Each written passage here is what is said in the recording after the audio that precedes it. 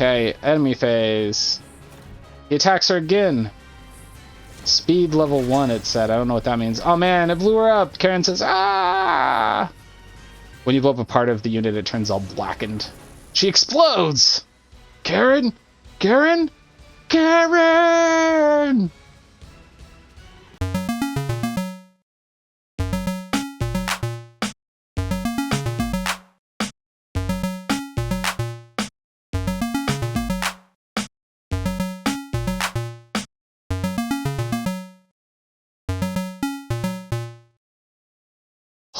Hello, friends. Welcome to TroytlePower Presents the Power Playthroughs podcast with TroytlePower. I'm your host, TroytlePower, and this is the podcast where we play powerful games. No, this is a podcast where we play games in a powerful way. That's what it is. And here we are on Huffman Island, thanks to the generosity of Square Enix and Forever Entertainment, who sent me a copy of Front Mission First Remake. This is for the first Front Mission game, which I gather was never released in the West before, never released in English, translated and made all pretty for the Nintendo Switch. We see a scientist, there's all sorts of math on the computer screen, and then there's a human skull, and the skull goes away, and there's just a brain, and it says stuff like gene therapy involved with a binaural device. Psychoterror scientists begin experimenting with blah blah blah devices, gene manipulation in 2069. We see some cells going through cell division, and we see a big mech with a glowing eye and some I don't know, it looks like devices, like pneumatic devices. That looks like it's some sort of arc reactor. That's glowy red thing. 3 glowing red lights. Summary: medical experiment and practical application of something. Human experimentation is commonly used when referring to our work, which has negative connotations. Some people could argue that research faded out, so I don't know what else that said. Front mission first. Press any button to start. I pressed the A button. I chose the A button, friends. Alright, this music is suddenly much cheerier than the music we were listening to. I'm going to turn the game music up a tad here. There we go. Let's see, we've got new game, low game settings, help and sound test. Let's check settings. Language, instant battle, instant movement, movement speed. Under audio, I can set master music, sound effects, and ambient, and then under others, I can adjust the gamma. I can turn blur off and on, and vibrations off and on. Let's go into a new game. Difficulty. Wow, there's a lot of difficulty options. Recruit, corporal, and sergeant are available to me, and then there are lieutenant, captain, colonel, and general. We're just going to play on corporal. Modern, classic, or cancel. Oh, okay. Modern game or classic game. Modern game. Perspective view of camera, freedom of camera movement, tactical map, fixes and improvements. Classic has an orthogonal view of camera and experience the original Front Mission First game. That's super cool that they've got both in there. We're going to play the modern version, but that's really neat that they've got both available to you. Loading screen is of just a very ravaged city. All the buildings are like torn apart and there's a broken bridge and stuff, and then there's some like big cannons just peeking out from behind a building. Ooh, okay. Wanzer instructor says, "Welcome to Huffman Island, Lieutenant." That's not what they look like. "Welcome to Huffman Island, Lieutenant." Maybe more like that. "I'm Sergeant Glenn Duval, your personal Wanzer trainer for today, sir." And then somebody else says, "Just call me Royd. You're older than me and you've been in the service for longer than I have." Okay, that's who Glenn was talking to. "All right, Lieutenant. I mean, Royd. I don't usually take part in training exercises like these, but the brass thinks you show great promise as a Wanzer pilot, so they asked me to train you." Royd says, "Thanks.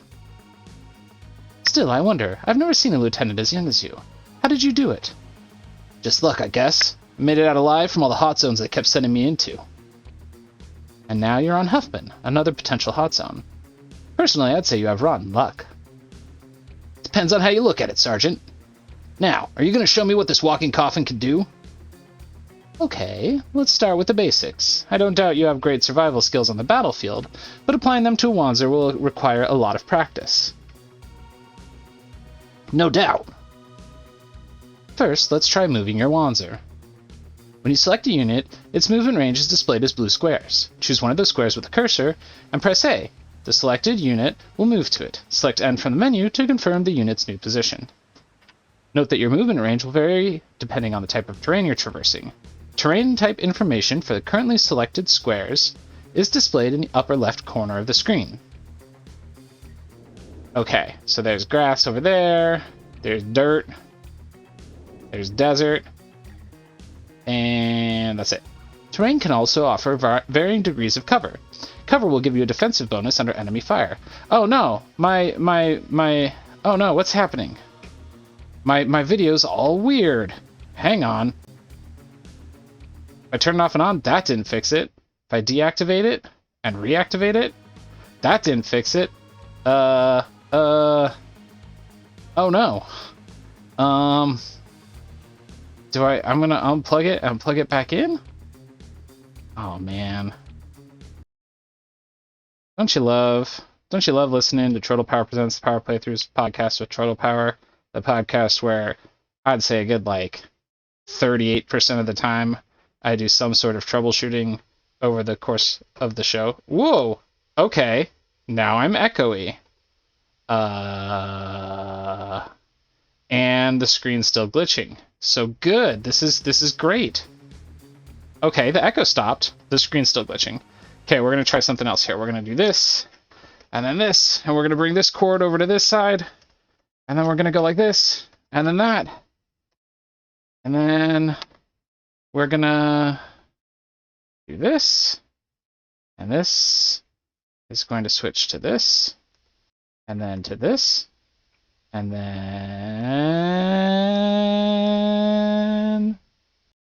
boom. All right, we fix it. Terrain will give you cover, cover will give you bonus under right and fire. Learn to capitalize on these points and you'll be halfway to winning the battle. Let's put theory into practice. Move your Wanzer onto the green square. Alright. The green square is on concrete, on the other side of a concrete block for me. Alright, battlefield controls, shown high terrain details, change unit, navigation with the stick, tactical map, in-game menu, status bars, change unit again, machine stats, submit, cancel, open command window, zoom. Okay. This looks pretty straightforward as far as controls go. Alright, I can't get there in one turn, so we're going to move to this spot in the grass. Alright, ooh, my guy kind of jets around. Enemy phase, it says. Now it's player phase again. Alright, move to the next square. He does a little stump. So the move animation is different depending on how far your guy is moving, which is very good. Good. Moving your Wanzer shouldn't be a problem. Now let's cover basic Wanzer combat. Alright. Wanzers can be equipped with a weapon in each hand, and you can also mount weapons and shields on each shoulder. However, you can only use one of these weapons when you attack. Okay, that makes sense. There are also 3 attack types: melee, short range, and long range. Let's have you actually attack something before explaining any further. And over behind a building nearby, oh man, a Wanzer that's got a Stormtrooper-themed paint job comes out. There's your target. The option to attack will appear when a target is within range of one of your weapons. All targets in range will be designated by a red square. Select the square to target an enemy, then choose the weapon you want to use. When you're satisfied with your selection, select OK. Now, try attacking the target with the weapons at your disposal. Alright. We're going to have to get closer to him first. He's way on the other side of the dirt square. Let's go here. We'll be behind a low wall. Some sandbags. And then we'll end our turn. And then on his turn, is he going to move? Oh, he is. He's coming towards me. Oh, man, he came up right next to me. He's going to... oh, now I get to respond. Okay, that's cool. So I can guard to perform evasive maneuvers. I can use a Zenith Punch, which is a melee system, or the PAP 55, which is a machine gun. We're gonna punch this guy.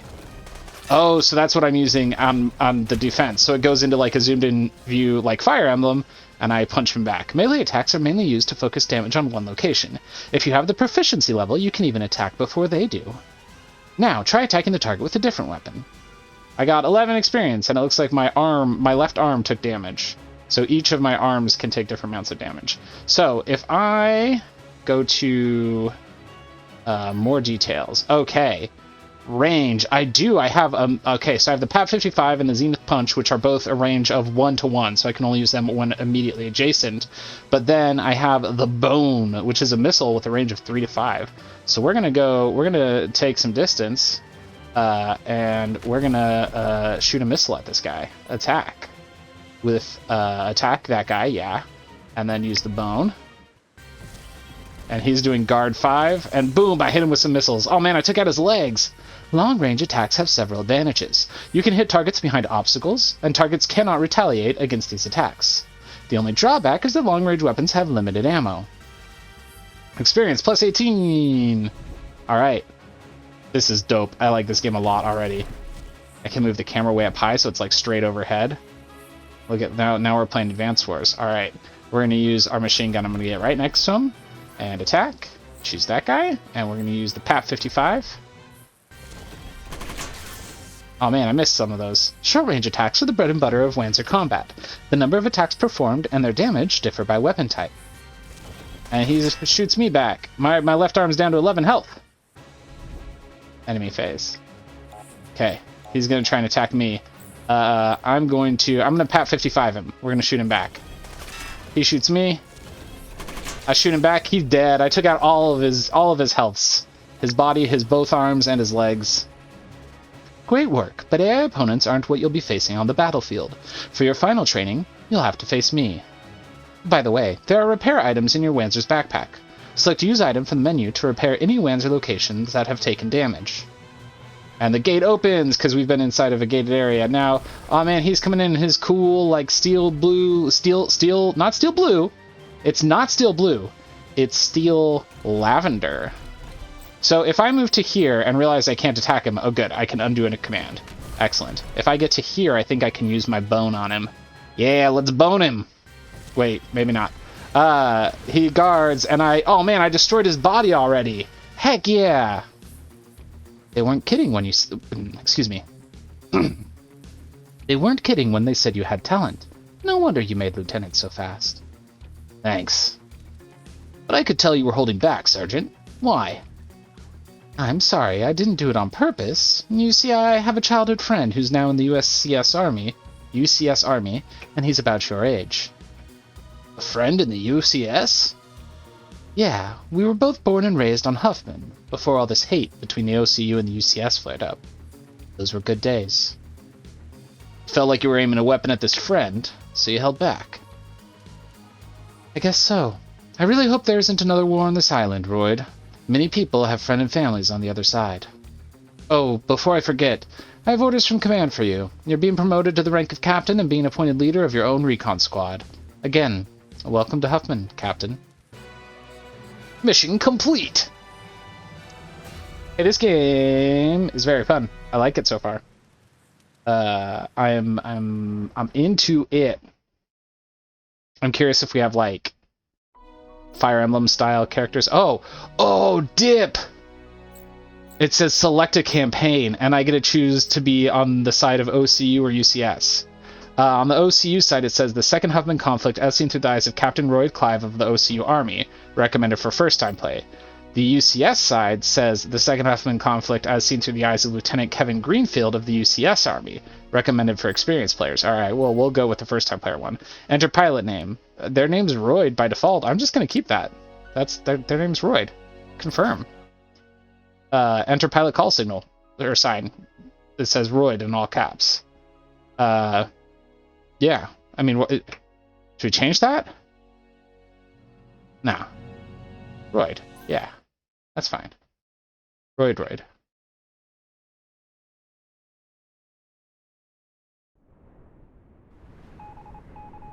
We're looking at a map of an island, probably Huffman. Mission details, 2100. Board a light submarine in the Huffman Island city of Manassa, Oceania. Cooperative Union territory. Alright. 0400. Rendezvous at waypoint 30 clicks offshore of Fort Monas, UCS territory.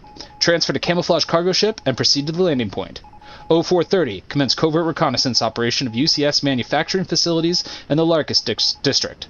In light of recent tensions between the two nations, you are prohibited from engaging in any hostile actions toward UCS units you may encounter. Alright. The fact that you get to see both sides of this war, that's a very cool concept. This conflict.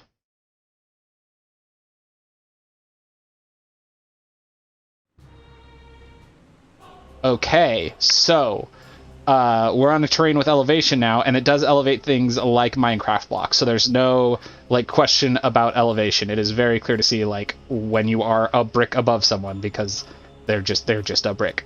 Karen says, "This is Rabbit 1. I've reached the recon point." "How does it look?" That was Royd. She says, "It's quiet. Too quiet, maybe. I don't see anyone." I say, "Be careful, Karen." "Don't worry, Royd. I'll be fine." And Ryuji says, "Lieutenant Moore is a capable soldier, Captain. I know you two are engaged, but you should not worry yourself so." And Royd says, "Yes, I know. Thanks. Now clear comms." "Apologies, Captain, but I have to wonder, why go to all this trouble, violating the treaty even, to recon this rundown factory? All I can say is this is part of someone's agenda, and I don't like it."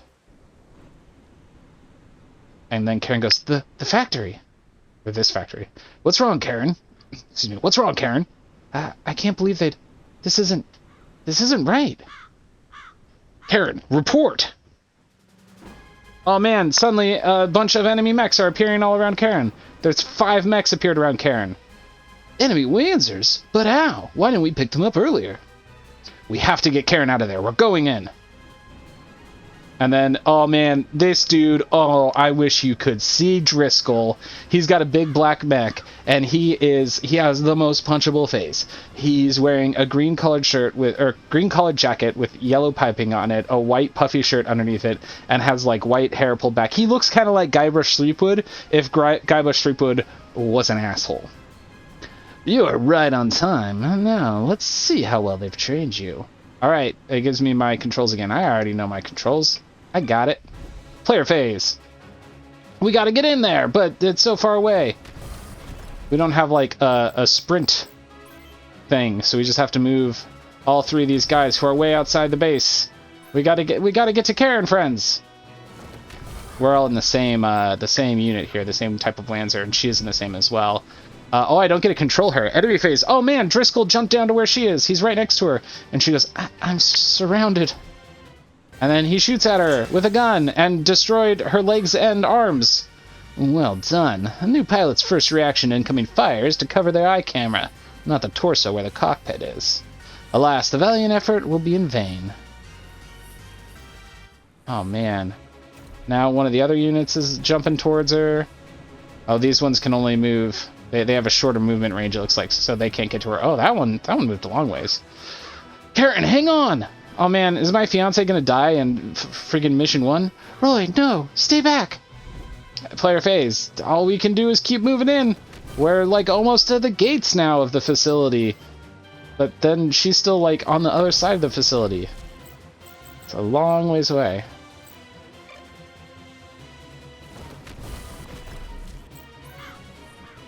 Okay, enemy phase. He attacks her again.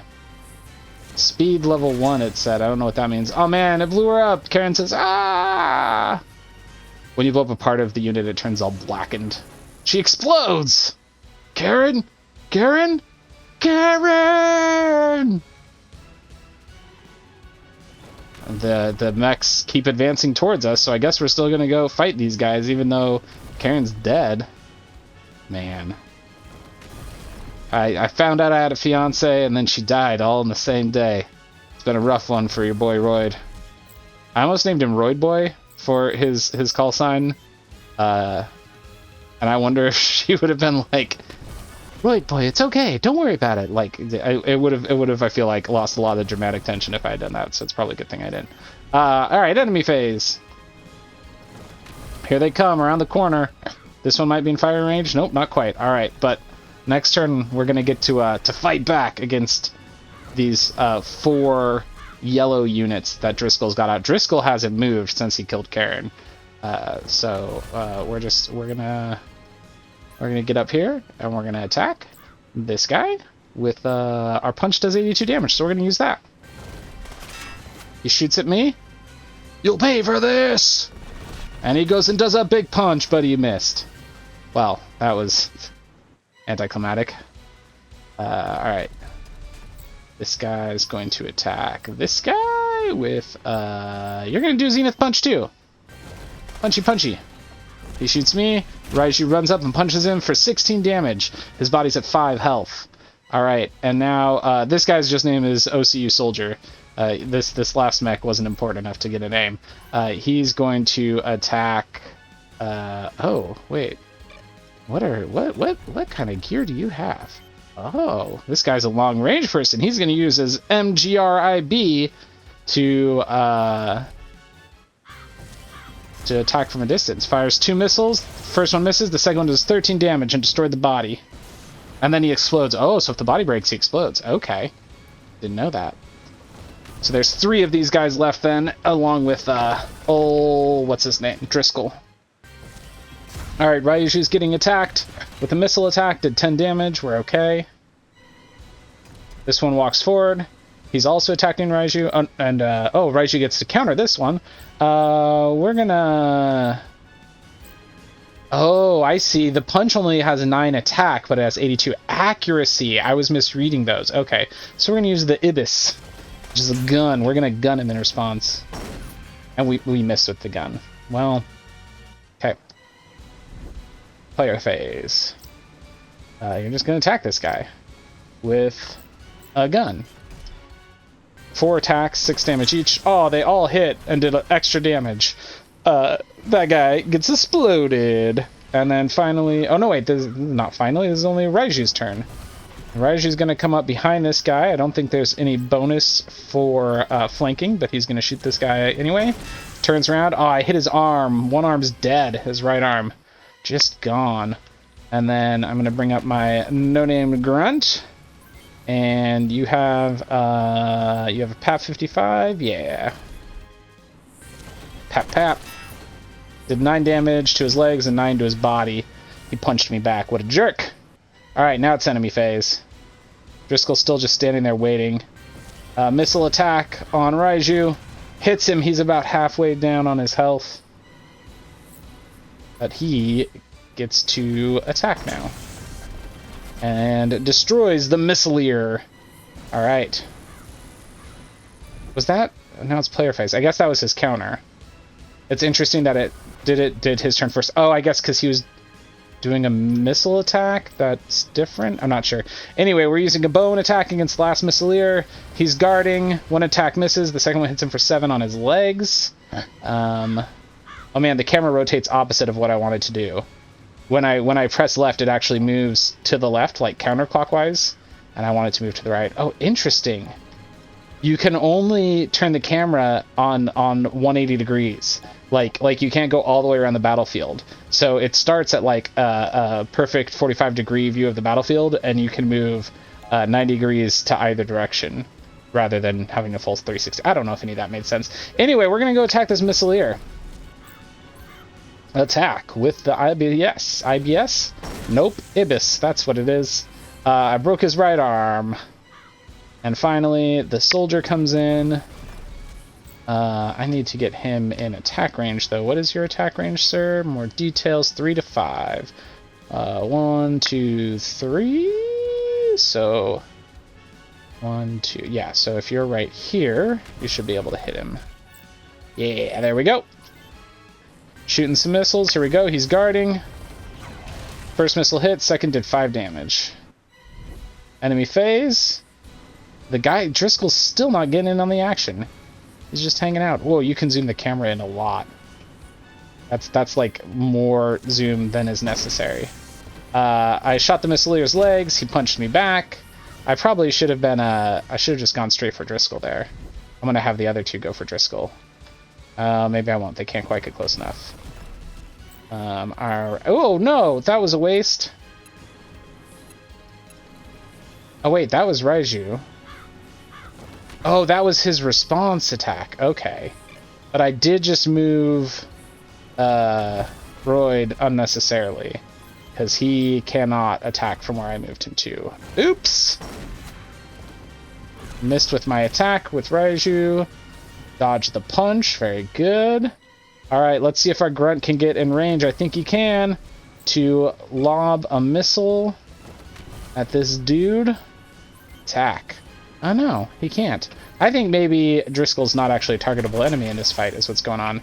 Alright, this Missileer has 17 health left on his body. His legs and his feet are both broken. He can't even attack us because we're all too close to him. I'm going to switch to Raiju is going to take out the Missileer with an Ibis. Just one big shot right to his torso, and he's down. And now, Driscoll talks.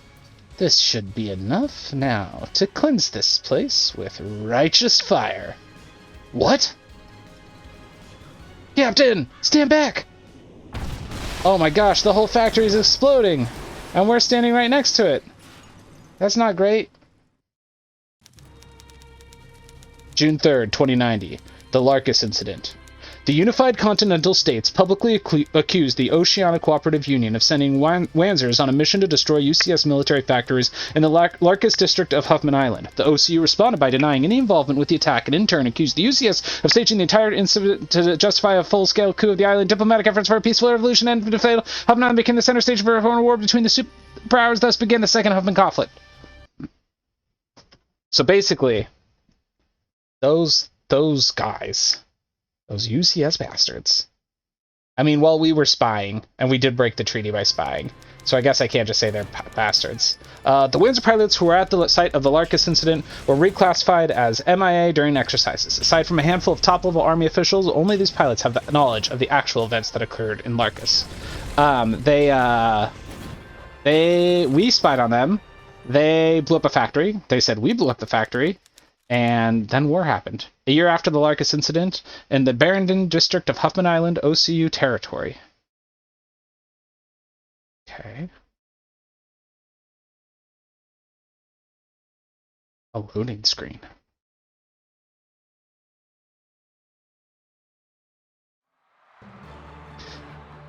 It's an arena. What? Okay. I'm gonna, you know what, friends? We're gonna leave it here, but an arena manager is saying, you're up next, get in your Wanzer. So suddenly this is like arena combat? I don't know. I have no idea. But this game is dope. It feels real good to play. I'm very excited to play more of it. I definitely think this is one any Tactics fans should check out. Thank you again to Forever Entertainment for sending me a copy of this to check out. I'll appreciate it. I like this game. I will probably write up some thoughts of it over on Geek to Geek Media when I've seen more. But until then, friends, tape and hope for the best.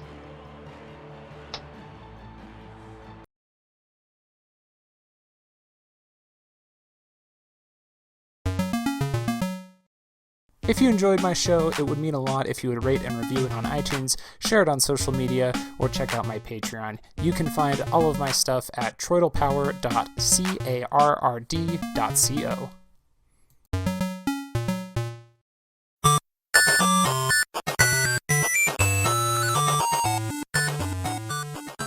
This has been a presentation of the We Can Make This Work Probably Network. Follow us on Twitter At Probably Work For more of our questionable content. Also, we have a website called probablywork.com.